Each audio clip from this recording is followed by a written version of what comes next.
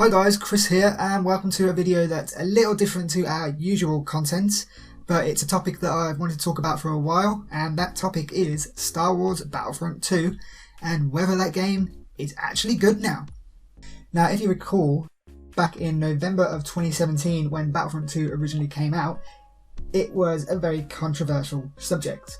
The game was slammed by critics and gamers alike for being over-monetized, full of loot boxes and being a pay-to-win game. The whole progression system was broken because of this.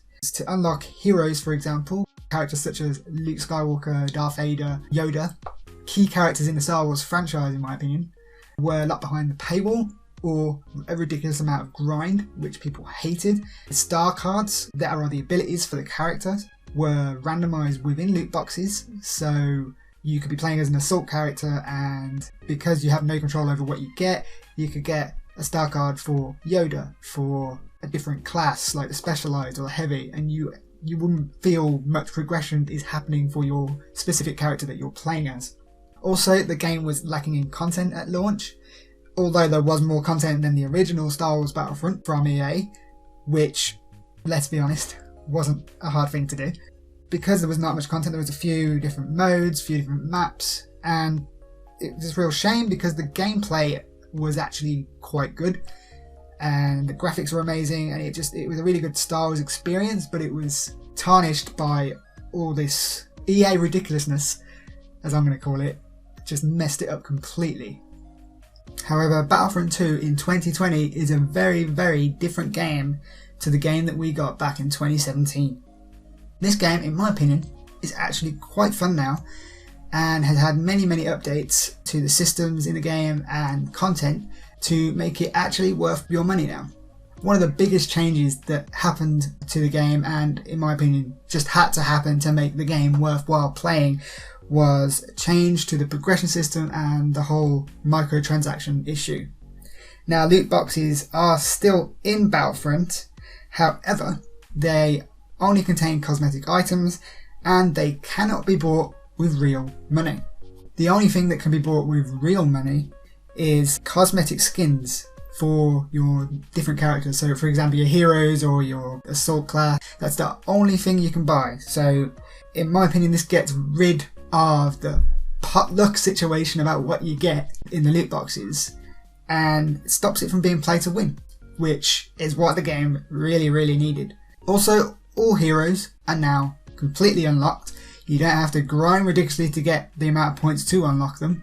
They're all there ready for you to play, and that made a lot of people happy when that change happened.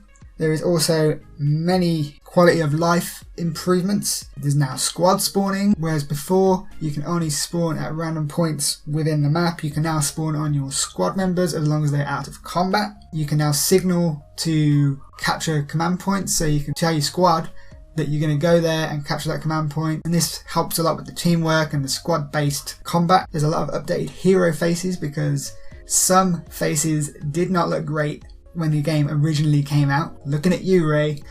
And now they've updated them and they look a lot more like their characters. The lightsaber combat initially in the game was basically who could spam the button fastest, and now that is been completely overhauled and changed. So it's a stamina based system, so Jedi can block only so much before he runs out of stamina and he gets hit, or he could only hit so much before he runs out of stamina and cannot swing his lightsaber anymore. So it's more of a actual game as opposed to just button mashing, which it was before. There's been many more reinforcements added, which were basically better than your initial classes but not as good as the heroes. They added a Sith Trooper, an ARC Trooper, a Vizian Gunner, Droidicas, Clone Commandos, a bunch of ones that people asked for, and that's just to name a few. But like, these really added to the variation in the characters that you could play as and the type of gameplay that you can play. They also added a bunch of new heroes. Since the game launched, they've added Finn, Obi-Wan, Anakin as the good guys, and then on the bad guys they've added Phasma, General Grievous and Count Dooku. Coming up at the end of this month, we have, surprisingly, BB-8 and BB-9E coming as a hero and a villain, which is going to change the whole hero dynamic a lot. They've added a couple more game modes. They've added a massive one called Capital Supremacy, where it's more like the old Battlefront, the original games, where you're capturing command posts on a massive map. And when you've got a certain amount of command posts, your ticker at the top will go up, and once it gets to 100%, you get on your transport ships and move on to the second phase, where you attack the opponent's ship, where they've got to defend their capital ship and you've got to attack and destroy their engines to blow up the ship. And if you don't manage to do it, you go back to the ground, capture the command post again, go back up, and that damage that you did on that ship is still there, but they could also destroy your ship in the process. So it's a tug of war, and it's really, really fun. And the interesting thing they do with this mode, they put a load of extra AI characters in there to basically make it seem a bit more populated, which I think is really cool. They've added 5 maps for this. They've got Geonosis, which was added along with Obi-Wan and General Grievous, and this is one of the biggest updates they did that people absolutely loved, and when the game really started to turn itself around. They added Kashyyyk to this mode, Camino, Naboo, and one of the newest maps, Felucia, which is a gorgeous map. Really, really beautiful, with lots of different exotic fauna around. They've also added another little mode called Ewok Hunt, which no one really asked for, but it was really, really cool. Basically, you jump in as a stormtrooper in first person mode. You've got a gun and a flashlight, and that's all you've got. You're on the moon of Endor. You've got to try and call for an extraction, get to the extraction point and get off to safety basically, but you've got 2 Ewoks that are hunting you down at the start, and when they kill one of the stormtroopers, that stormtrooper becomes an Ewok, so it ends up being you're getting hunted by a bunch of Ewoks, and it's really scary because it's dark and they're tiny and they'll come out of nowhere. They'll jump on your head with a spear, they'll throw little like firefly damaging grenade things at you, and it's really, really cool. It's a fun quick mode to just play with your mates, and it uses the atmosphere really, really well, and it's kind of like a horror mode, which is really, really fun, and being an Ewok is just awesome. They've added a few new maps other than the Felucia and Geonosis that I talked about. They've added the Kessel Coaxium mine from the Solo movie, and is used for a mode called Extraction. If you ever played Overwatch, it's basically like that, where you've got to guide a payload through to the ship to get it out. Agent Class is a recent addition that's come with Rise of Skywalker. That's the grassy planet you see from the trailers. That is also coming to Capital Supremacy very soon, along with Takodana and Jakku. Overall, this is everything the game should have been at launch.